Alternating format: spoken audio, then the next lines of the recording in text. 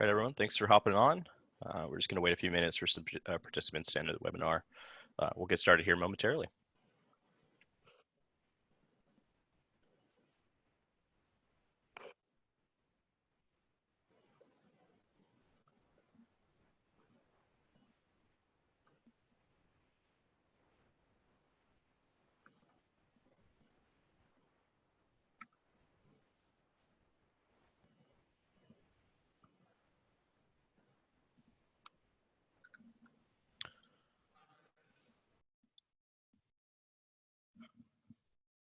Once again, everyone, we're just waiting for some participants to enter. We'll get started here momentarily.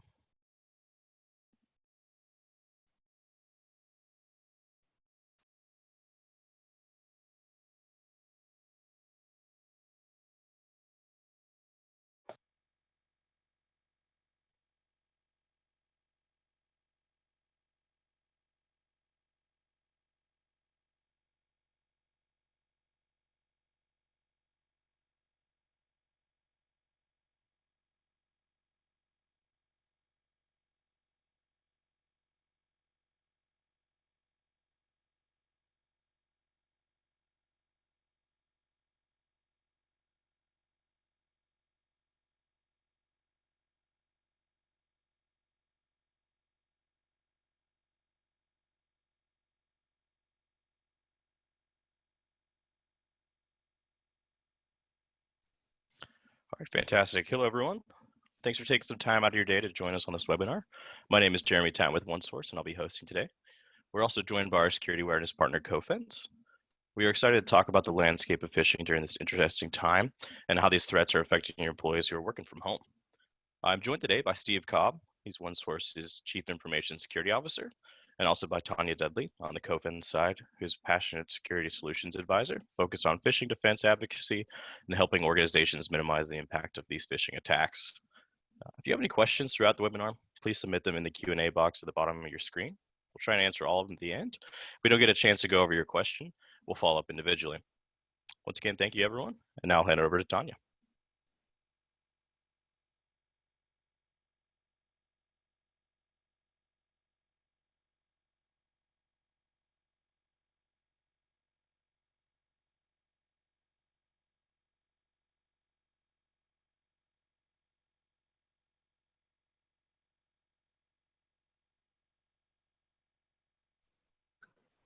Okay, sorry, didn't realize I was muted. So again, I'll just start with thanks, Jeremy, for allowing OneSource and Cofense to do this this partnership and to give the update on what we're seeing related to COVID and phishing threats throughout the globe. I'll just start with giving a little bit of background on who Cofense is and kind of how we got started. So 2 years ago, we rebranded as Cofense. You may have heard of PhishMe in the past, which is how we got started in 2008 when the co-founders were doing this thing around pen testing and realizing, maybe there's some value in how we send out these messages and how we can leverage this as a training platform. And so we started as a phishing simulation training platform, and we've really evolved over the years basically by how we've understood that it's more than just training a user on how to identify and spot a phishing email. It's about what's next. So what became next was we added our reporter button, what we'll talk about more in a few minutes. And then tying that back to, okay, now that organizations, they've trained for identifying the threat, users are reporting real things, and now security operations teams are getting overwhelmed with, oh my gosh, all these reports. Who gave them this easy button to send us all these emails? And what we do find is that there's about 10 to 15% of those messages that they report actually have some that are really malicious and a threat to the organization. So that's when we built Triage. And Triage is that platform that ingests those messages that are reported from the end users into the SOC and allows them to cluster and better organize and detect, bubble up the ones that have been tagged with known malicious IOCs or even rules that they have written to help understand when a threat is is malicious and get to that quicker, than digging through all the other ones that might be some noise and spam and just some internal message that users are hypersensitive to reporting. And then throughout that, we understood that, okay, the SOC is now, they have the right tools to defend against this threat. Now they're creating lists or scripts or IOCs or things to hand over to that messaging team then to say, can you quarantine these? This is a bad message. We don't want users clicking on this. It will wreak havoc. We're already chasing down, these 10 that may have clicked. And so to better help mitigate that threat, let's remove or quarantine these messages. So that is really how Vision came about. And quite honestly, the two of the organizations that I previously worked, we created our own type of vision because we saw the same value in if I could look for those IOCs, or if I could do some threat hunting or try and ward that threat off at the pass so that the user doesn't even have that capability to click on it. Because triage is only after it's made it into the inbox, past all your security defenses. And so we wanted to see, okay, how organizations have this value of how do I get to it? How do I threat hunt for it within the Exchange environment and mitigate that threat before it even gets to the inbox, or once it's there, how do I take it out? Not once it gets there because we're not a gateway, but it's already in the inbox, but how do we quarantine it so that the user can't interact it? And so that was how Vision was born. And we know that there's a lot of compliance and complexity issues around, auditing who can see what, because now you kind of are letting the security operations team have a purview into the Exchange environment. And we know that mail Exchange teams are protective of that, right? Because their mission is to deliver email to the business, right? Because the business has to continue to do business, but there sometimes can be opposing to what the SOC analyst needs to do with defending the organization with those email threats. And so there's a balance there, right? And so we've put a lot into developing Vision and auditing, and logging controls are throughout there. You can also, just as quickly as you quarantine a message, unquarantine it. So if you quarantine it to head it off, and then as you dig into it and realize that it's not malicious, it's okay to let this in, then you can unquarantine it just as easily. And you can blacklist, so we know that there's some people within the organization that are sensitive that don't want anyone having access to their message, their emails, just because of the type of role that they might have. There's a way to do that as well within Vision. Our intelligence product, a few years ago, Cofense purchased an organization called Recovery, where they were focused on building IOCs and phishing intelligence, threat intelligence feeds that were specific to just phishing emails. And so that's really stays in line with where we're at. We are a phishing defense company, and so we want to make sure we're covering everything that is along those lines when it comes to defending against the phishing threats. And so our intelligence product is curated from different collections. We don't use open source feeds within our curating process. You only use feeds that we have set up collections for, and they're human verified and vetted. And so we've gotten some good feedback from customers who have great integrity around what we provide, and they've also compared us to some of their other feeds, and the validity of what we're sending, they have a high fidelity in what we're providing. So that's just a little bit of background about Cofense and where we're from. And then so Steve, I'll let you kind of give the background on OneSource. Sure. Thank you, Tonia. Appreciate that.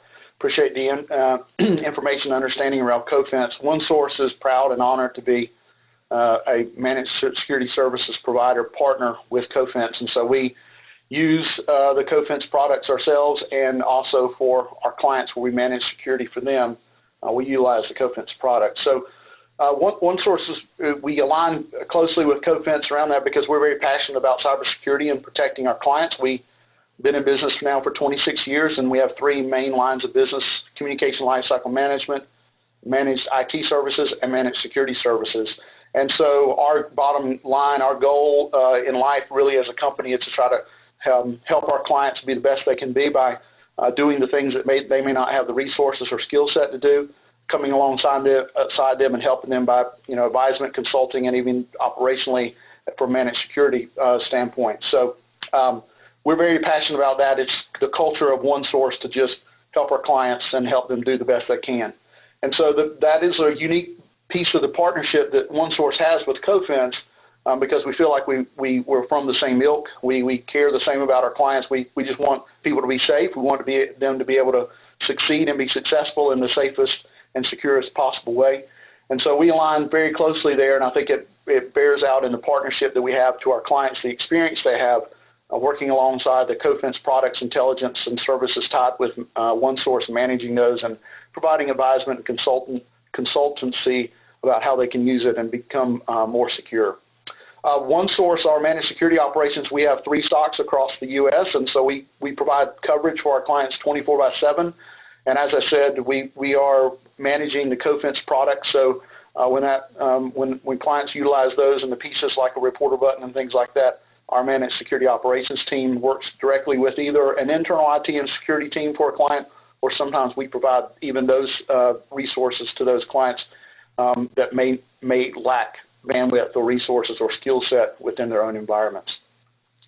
So Tonia, I'll let you go forward now and talk a little bit about what the current landscape is and specifically about how Cofense is helping clients now that are remote and in the situation we're in today. Sure, and let me start by just kind of giving a little bit more deeper dive into our reporter button. So this is actually an add-in that fits within the Outlook ribbon, like I mentioned, the security operations team getting those messages in. So I have only been with Cofense. Next week it'll be 2 years, but prior to that I was a customer, and I've used the Cofense products since 2011, and so I was a very early adopter of Reporter and Triage. Vision just came out last year, so I haven't used that one in a live environment. But because I saw the value in the same methodology of what Cofense really stands for, is that phishing defense, and it's more than just training them. So in 2011, I started doing security awareness, and really that's kind of where my passion for phishing has come from, is out of that and understanding that phishing is a real threat to the organization.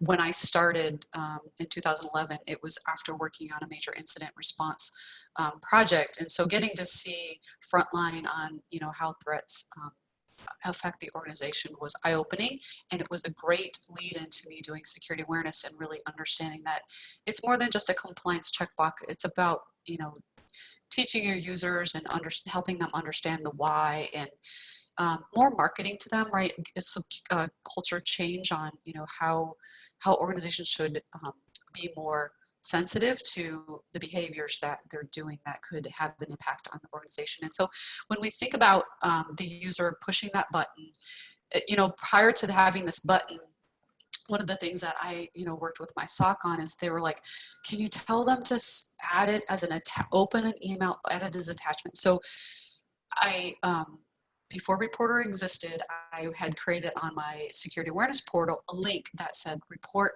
phishing to the SOC. And in that link, it popped open a new email message. It had the 2 already populated, because a user is never going to remember, who do I need to send that to? Because sometimes there's different email addresses, right, to get a hold of security.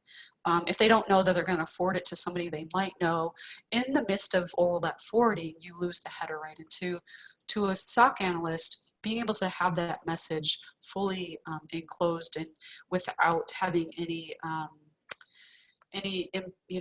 edits or anything done to it, it's really important to keep that all together, because that's how they see the IOCs. That's how they can see what happened. How do I need to then take that next step of investigating? Are we seeing this anywhere else? Did anyone click on this link? Are we seeing any messages come from this other sender? So there's some value in having those headers. And so by creating the reporter button, we do that all for them, right? We pop it into a new email as an attachment, and send it to the person that's on there. We have the subject line edited, customized to what the T organization wants it to be, so that way they can organize their messages better as they manage that inbox if they're not using Triage. So just a better way to give the SOC teams that message in a way that they can do something about. And so the other thing that we know is while it's good to have a secure email gateway in place, and we know that layers are important in having multiple defenses, we know that stuff is still getting through. And so what are we seeing when we observe some of our collections? And one of those being is that we actually manage triage for some of our customers.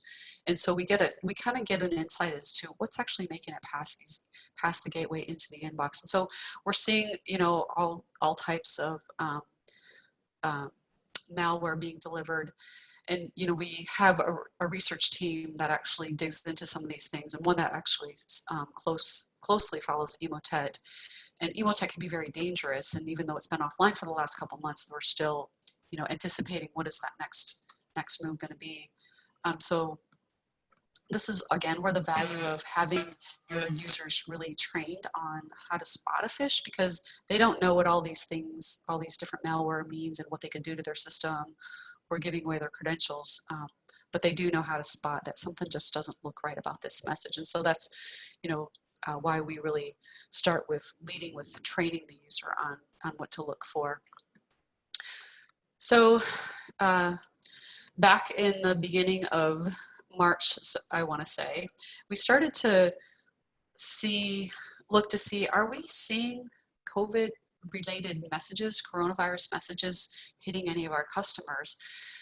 We started doing a little digging, and we did actually see some things. And so as we started to dig, a couple of days and do some research around this, we're like, okay, these messages are very concerning that they're, number one, they're using this current event as threat actors commonly would.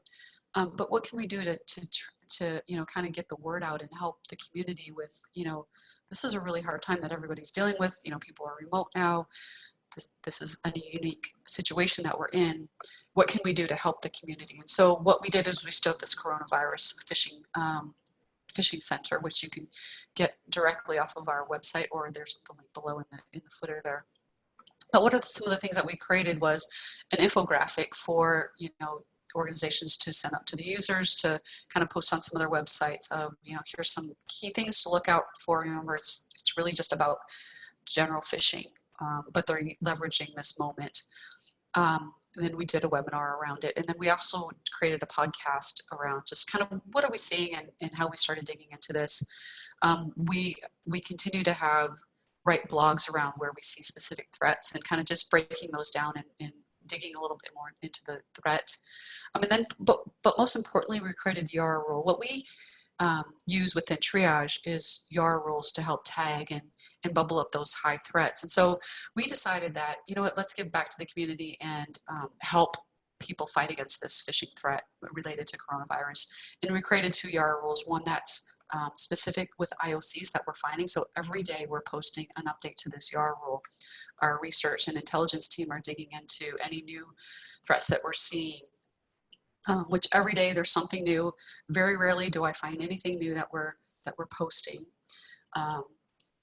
And then we also created a keyword YAR rule. In the beginning, there was we know there's false positives around this. It was a little bit, had higher fidelity in the beginning, but now that or users are starting to tag their out of office or here's how to contact me during the COVID crisis, then that keyword is showing up in more messages. So we put it out there, but we know that it's not really a reliable one, but it will help you tag some of those messages and, a way to kind of maybe filter out some of your internal, even your basic internal communications where you're telling users what to do during this time. Also on this website is images of the email messages that we're seeing, because we want organizations to be able to say, what is it that we're seeing? We also decided at this point that we don't want organizations to simulate this, because there's already a lot of chaos and a lot of angst and a lot of anxiety right now going on related to this. So the last thing that you want to do is play on the fears of your employees who are having to work from home, who are having to adjust their schedules and dealing with, teaching their kids at the same time, or, taking care of a baby that used to be in daycare. And so we don't want to add to that confusion and anxiety that they're having by doing a phishing simulation, because we know that, you know, some organizations, users can get upset by the fact that they fell for that one phish, even though we're just trying to train them on preparing them for identifying that. So, so we actually created a pledge, and I know we're going to talk about it a little bit, but we asked organizations to not do this. And so, Steve, I don't know if you want to add in here on your thoughts on that as well. Yeah, I think it's a little controversial. I think in the InfoSec community, there's some discussion around what the approach. I think, as I mentioned before, the culture of who OneSource is aligns very closely with Cofense, and I think from an ethical and moral standpoint, we signed up for the pledge as well. And the idea here, too, I think you mentioned it, Tonia, is not that we don't want to continue to train employees. It's just that with this specific scenarios, these specific COVID themes, there's already so much stress on our employees as they're going through these situations that it's not proper for the organization itself to send these out. I think I'd like to get maybe a little context from you, Tonia, as you think about internally for Cofense. I know for us, from OneSource standpoint, we took that approach to tell our employees that, hey, we're not going to send anything for coronavirus that has attachments or the things that may typically be a phishing scenario. And if we do, we'll have multiple channels that we announce before we do that. And is that somewhat of the mindset Cofense had as well, as the idea here, let's not send anything related to Cofense. Sure, we can still do simulations around the normal themes that we typically do to continue to train our users, but COVID specifically for now is a little, we're going to stay away from that. Yeah, and what we did is we created, we absolutely did that, and we tried to communicate that to our customers when they were asking why did we actually had some templates up, because part of our process is when we created that first blog where we saw something, our content team very quickly, when we post a blog, we'll create a template related to that theme so that if, you know, an organization is seeing that, they can simulate that threat, because we also say align to the current threats. But we took those down, and then we created some awareness content so that they could send out newsletters, newsletter format, communicating to their teams of here's what to watch out for. And we did two different versions, one that actually pointed to this center and included a couple images of the emails that we saw. So yeah, we absolutely wanted to still encourage people to utilize the announcement capabilities that we have within our platform to still communicate and keep people aware of that, you know, reminder that this is happening. One of the things that I recommend to people too is, as an awareness person, reach out to the manager level, right? They're most likely meeting with their teams more these days, you know, now that they're disconnected, to just, you know, have them remind their users to remember to watch out for phishing, because it's still a threat right now, and it's even maybe a little bit hyper-focused, and to just slow down and take a few minutes to read through those messages that you're digging through. So with that, I want to kind of turn over and talk about some of the threats that we're seeing and some of these real messages that we're observing.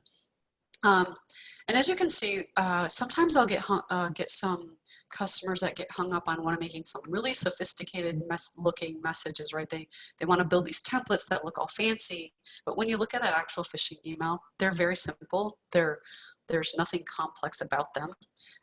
This is a real phishing message that had a PDF.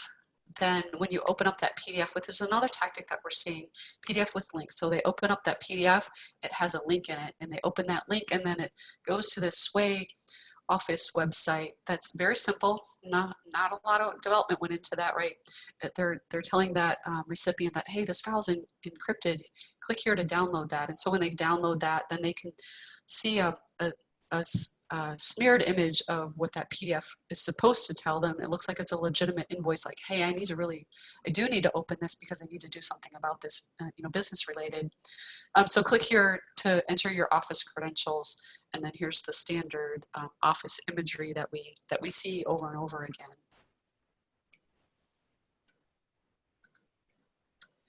Another thing that we see is, everyone's remote, right? Everyone's having to rely on their their VoIP message system. And so there's very many different variations of how you might get your office communications.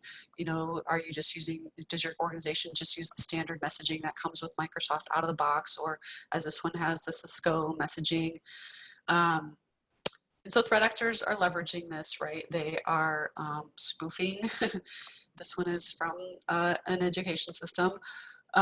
Spoofing that to redirect to a malicious website that is really probably even another SharePoint site that was compromised, to then ask for their credentials.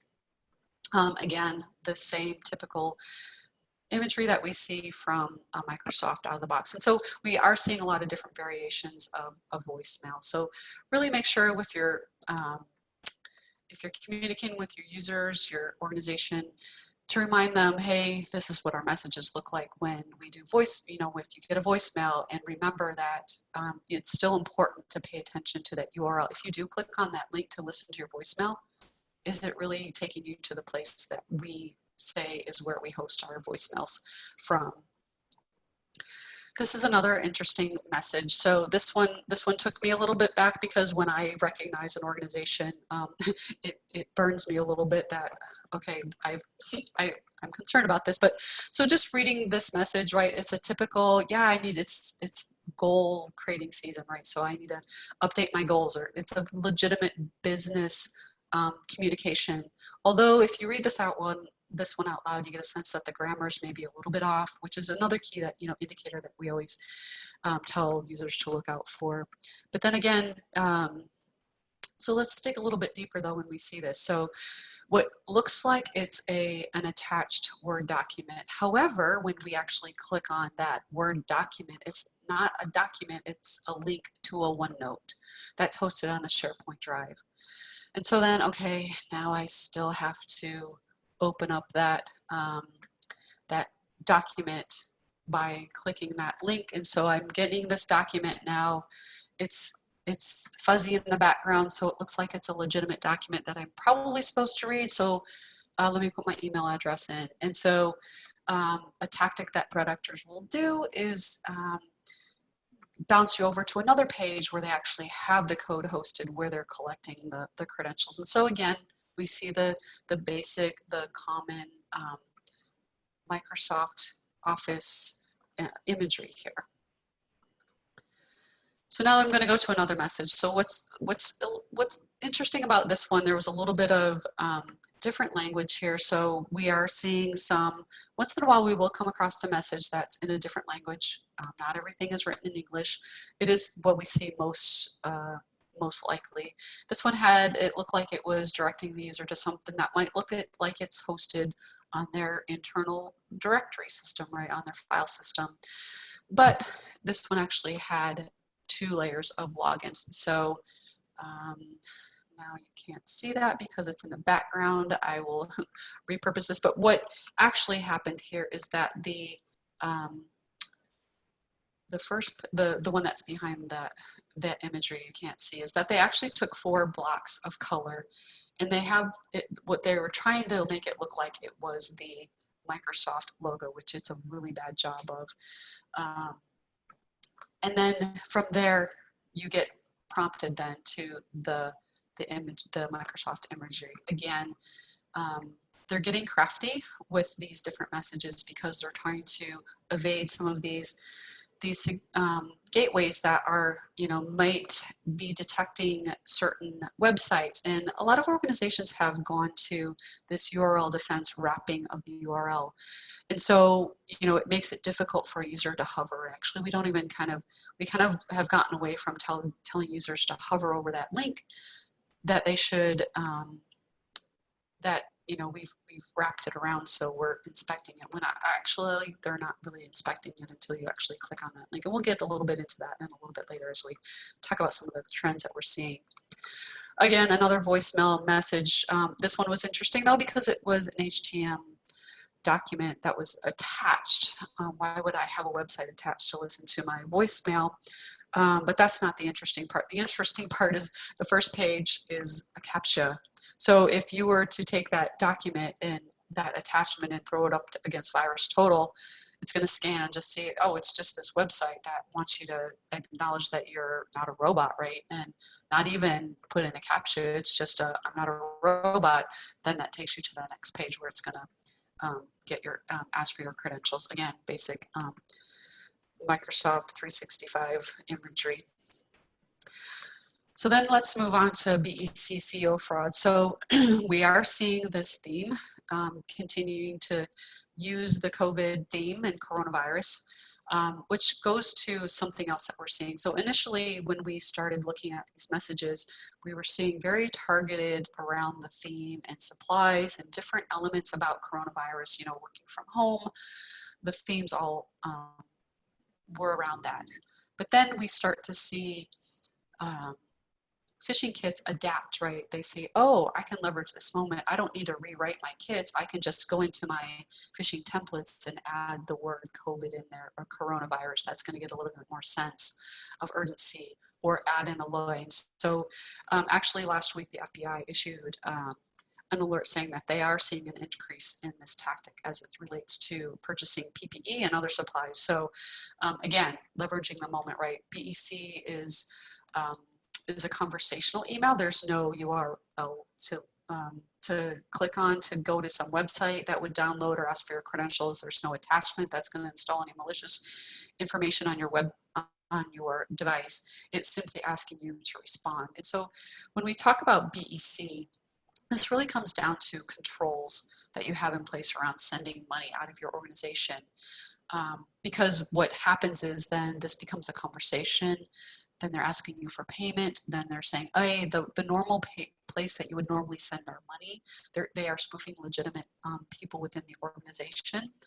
The normal place that you send the money needs to go here, and so they're sending bank accounts. And there's a whole task force around trying to chase down the BE threat actor, which we've seen over the last year, some actually big organized crimes taken out because of that was focused on BEC, but it's still a threat and still continues to increase.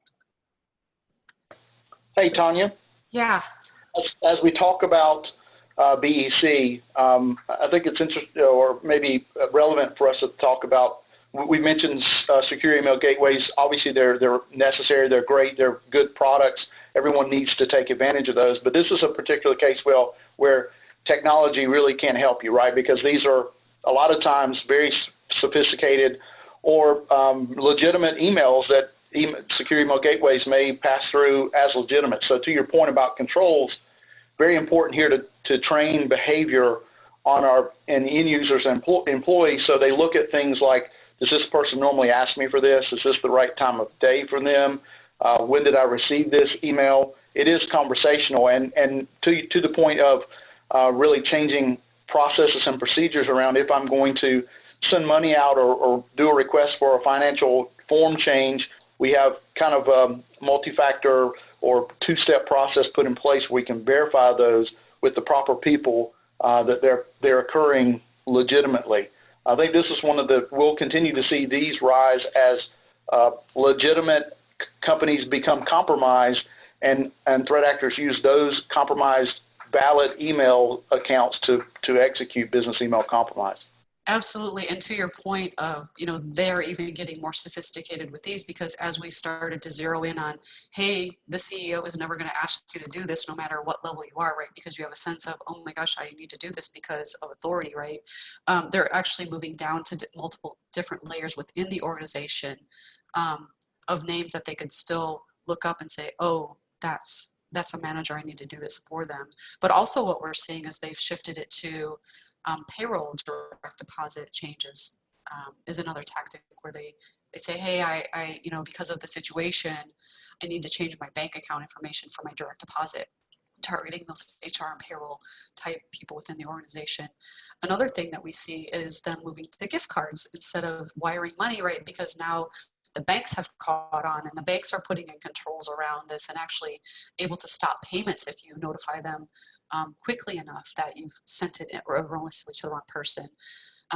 they're going to gift cards. And so they're saying, hey, I'm off to this event. Can you go get me, $1,000 in these different various gift cards? And I've actually had conversations with people who in a retail chains that have said, it was actually the clerk at the store or the person cashing them out that said, are you sure you need these? This doesn't seem like it's a legit thing. And I had one person say that actually went back to the store and thanked the employee for stopping their employee from almost sending out money that was not legitimate. So yeah, it continues to evolve as well, right? They've found ways around where things were breaking down for them. So another thing so as we look at the different emails, and these are typical no matter whether it's COVID related or not, is the type of attachments, right? We see HTML attached to email messages. We see PNG displayed as a PDF, but it's really an image that then has that link like I showed you in one of those. Another thing that we are struggling with is a PDF document. PDF documents have links in them. It's legitimate that you would have links in them. But even if you send that PDF document off to a virus scanner or, Virus Total to scan, it might scan some of those URLs and, well, it's a compromised site, but Virus Total doesn't know that, right? And so it's going to come back as well. It's a clean document. Another thing that we see is actually we discovered at the beginning of digging into Corona related emails was this open document framework that is an open source way to create Office documents. It's more than just the one we saw was an OPD, which happened to be a PowerPoint document, which was very odd to have malware malicious link embedded into that PDF or PowerPoint document. And even myself and my CTO, when we were digging into this, we're like, what the heck is this ODP type file extension? And then we dug a little deeper and see that, oh, you can create any kind of document. And I think, Steve, you and I were kind of talking about this a little bit, that it's an open source type framework, and as threat actors don't have maybe an Office 365 license, and as Microsoft maybe starts to clamp down on this, or if they're not able to compromise somebody else's creds, that they can create these documents using this open source capability.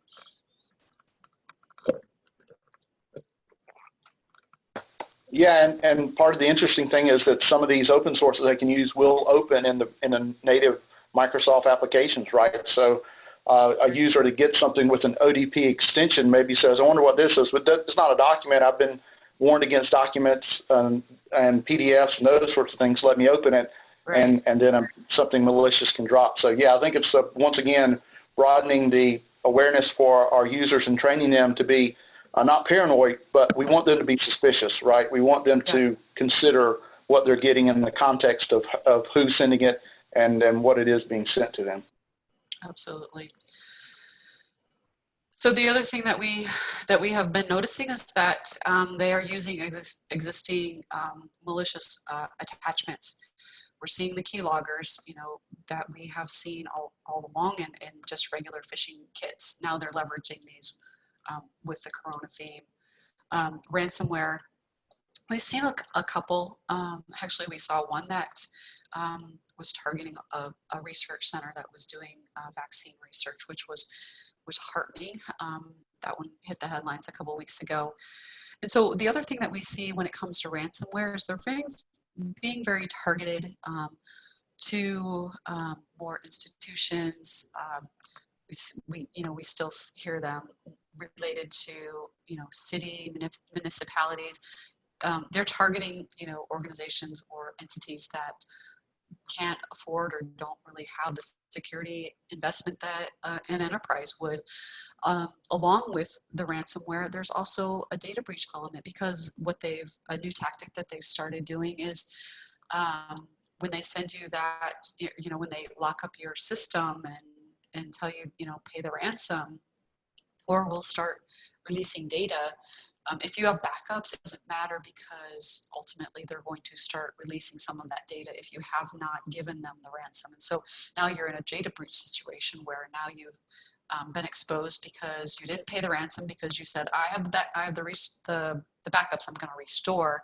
And so now they're trying to get that payment out of you by saying, okay, well, we're going to release these documents. And then ultimately they do release some of those documents. So just one of the trends that our intelligence team is starting to observe. So I mentioned in the beginning in our info center that we have this UR rule. Just want to kind of show some of the trends that we're seeing as we push that rule out to our customers, where they are actually getting some of these hits within their organization. We had a little blip there where we adjusted for that. And then the key word rule that I mentioned also, where there is a potential for false positives there. We know that, but it's more to just help you highlight.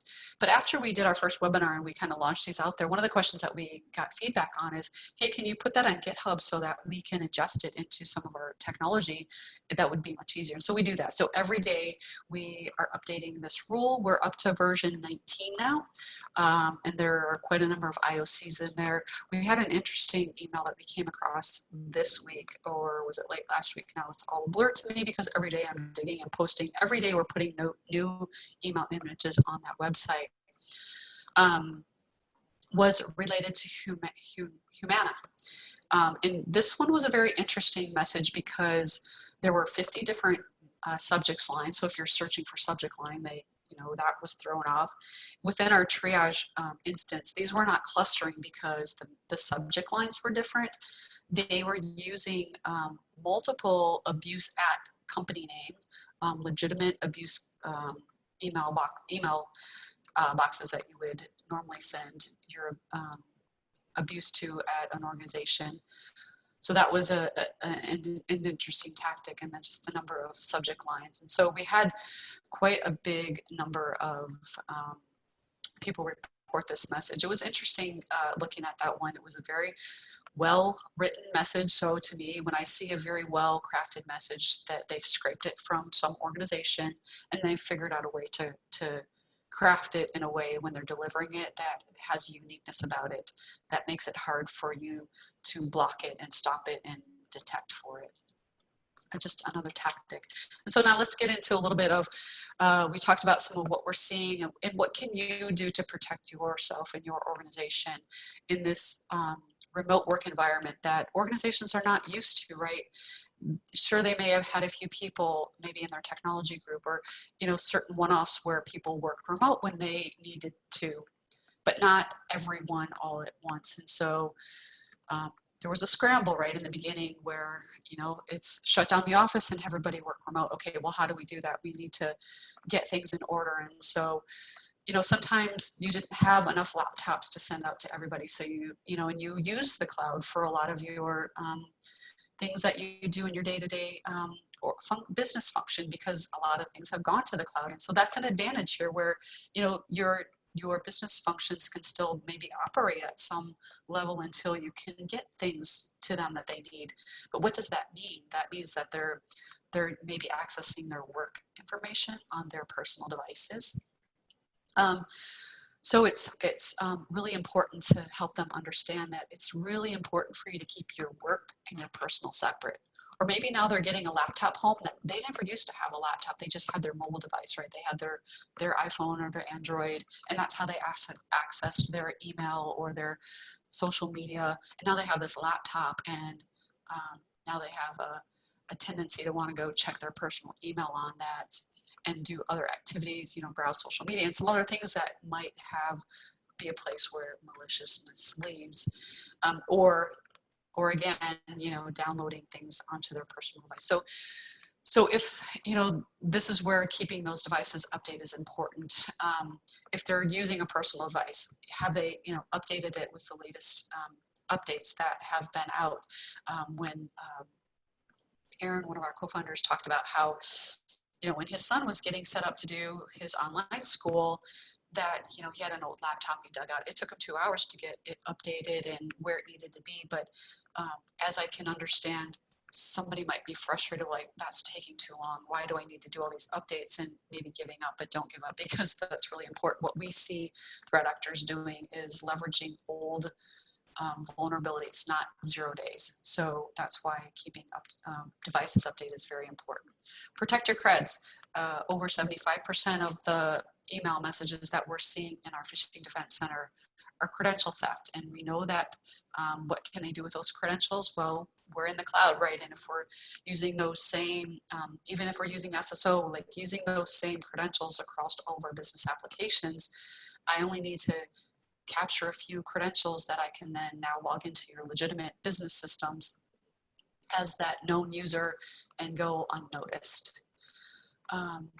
And then you just use caution, slow down, have your teams make sure they're using caution and understand what they're doing. And I know, Steve, we kind of talked about protecting your creds. We know that there are very few organizations that have enabled the MFA that comes with your Office 365. And we know that orgs that have that enabled have less phishing threats than those that don't. And we know that there are so many that don't today that threat actors are just going to move on to the next one because the pool is still large enough that they're able to still go after those credentials.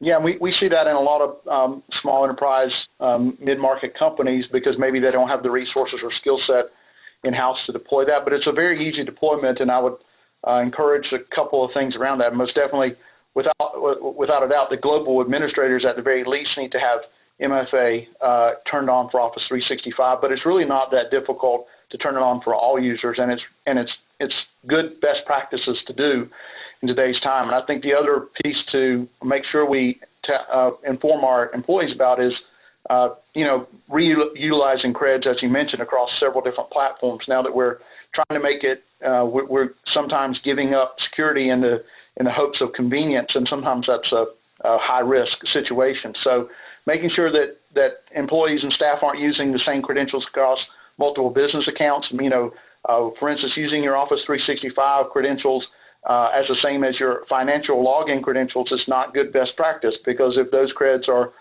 taken, then kind of the world opens up to the threat actors out there. So those two things are things that most definitely can dramatically reduce the amount of risk that an organization faces, even a small business organization, at little to no cost, just some effort and planning to do those things.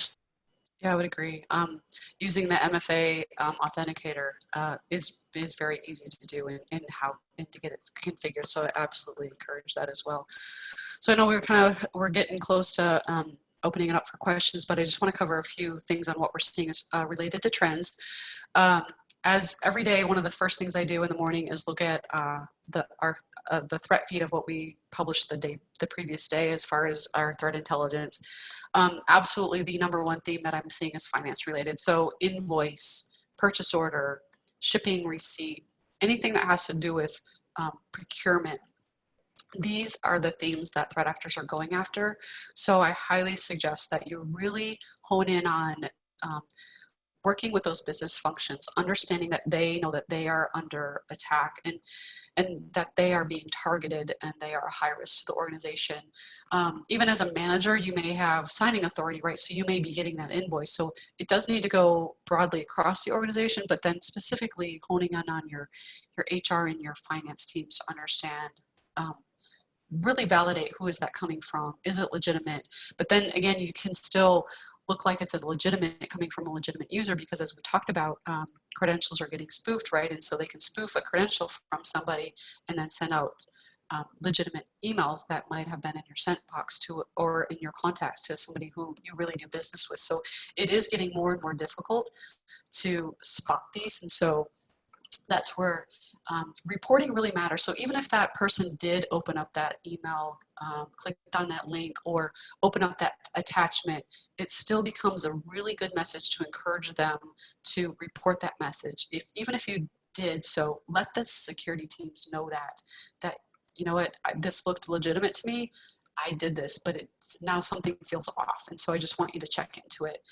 So that can really be beneficial to at least let the security teams know that, hey, I happened to interact with this. It looked legitimate. No shame on that user for, responding as they needed to. And then credential phish, I already kind of talked about that. And then the multiple layers. So the multiple layers is becoming a bigger and bigger issue as we, when we get these phishing emails, the threat actors will stand up those phishing sites or malicious sites where they're hosting the cred scraper or the malicious malware that they want to install. Those don't stay up very long. But so sometimes we're lucky enough to gather those landing pages as they're delivered, and so that really helps us get insight into what is it that they're after. Yeah, they're after the creds, but how many layers should they go? And we're seeing those multiple layers being used to evade the controls that you have in your environment. So now I think we're going to open it up for questions because we do have 10 minutes left, but I just want to close out by saying we do publish a weekly podcast, Fish Friday. It is every week we're covering some type of malware or what are we seeing on the phishing threat landscape that can be beneficial to you. So Jeremy, I'll let you kind of take it from here. Yes, thank you so much. That was all great information. Really appreciate it. Just obviously for time's sake, like Tonia mentioned, we'll pick out a few questions here just to answer. First one, with MFA, when no provided staff cell phones, would you encourage staff to use their personal devices to do this? Or are there other ways to do MFA without phone or text? Steve, I'll let you take that one. Yeah, so part of that is process for businesses, and it's really a discussion around with the security committee for that organization or their technology team about what they're asking clients, what they're asking their employees to do. Now, we encourage employees to use MFA even for things that are personal, not business related. So, your own personal banking sites and things that you go to, those things should be MFA enabled. And if we already have an authenticator on a device, adding in the business websites for that to get an authenticator key, I don't think is that much more to ask. But for those companies who don't want to do that or impose that on their employees, or their employees don't want to do that, there are several products that offer hardware tokens. So they're keys that you can carry that give you that MFA, and those can be given out to employees individually as needed to get around using a personal cell device if needed. Great, fantastic. I've got another question here. Obviously, in types of meetings we're seeing are changing. Obviously, video conferencing, Zoom meetings. I know, Steve, you sent something out internally to us at OneSource, but the question is, many of our clients are afraid to use Zoom due to potential security breaches. Is there any advice that you have for that? So I'm sure. Go ahead. Yes, go ahead, Tonia. So I'll just go ahead, start Tonia. by I'll let saying you. Yeah, so I'll just start by saying that when it comes to Zoom, we have yet to see it being leveraged in a phishing. Now, that doesn't mean that they're not going to, but right now we are not seeing Zoom being leveraged. We are seeing Skype, which we're about to publish a blog on this particular message. So because Skype is one of those Microsoft products, right, and it has that standard messaging theme, it doesn't surprise me that we're seeing this Skype link message being leveraged now. When it comes to Zoom, there's other vulnerabilities that are being leveraged.